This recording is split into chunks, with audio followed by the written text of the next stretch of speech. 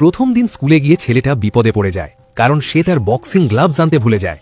তখন কোচ তাকে কিছুই বলে না, কিন্তু দ্বিতীয় দিনও যখন সে গ্লাভস পরে আসে তখনই কোচ রেগে যায় আর তাকে তখন সামনে ডেকে এনে মারে।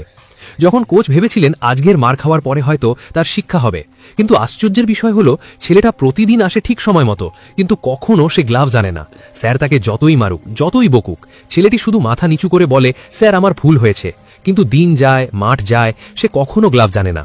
6 মাস পরে হঠাৎই সত্যটা প্রকাশ পায়। একদিন কোচ জানতে পারলেন ছেলেটার মা বাবা কেউ নেই, আর সে থাকে শুধু তার বৃদ্ধ দাদার সঙ্গে।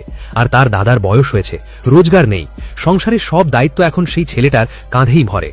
সে শপিং মলের কাঁচ পরিষ্কার করে, দুপুরে সে গোদামে মাল টানে, বিকালে সে গাড়ি ধোয়ায়, আর ছুটি দিনে ফুটপাতে বসে সে সরুখাটো জিনিস বিক্রি করে। আর সারাদিনে হাড় ভাঙা পরিশ্রম করেও সে যা পায় তা দিয়ে শুধুমাত্র দাদার খাবারই জোটে। আর একজোড়া বক্সিং গ্লাভস কেনার মতো টাকা তার কখনোই হয় না। এই কারণে সে প্রতিদিন গ্লাভস ছাড়াই স্কুলে আসে। এই সত্য জানার পরে তখন কোচের চোখে পানি চলে আসে আর সে গভীরভাবে লজ্জিত হয়।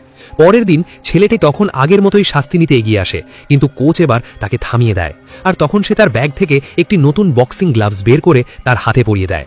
তখন কোচ সবার সামনে ছেলেটার গল্প বলে, আর সবাই তখন দাঁড়িয়ে করতালি দেয়। তো ছেলেটার জন্য তো একটা লাইক দাও।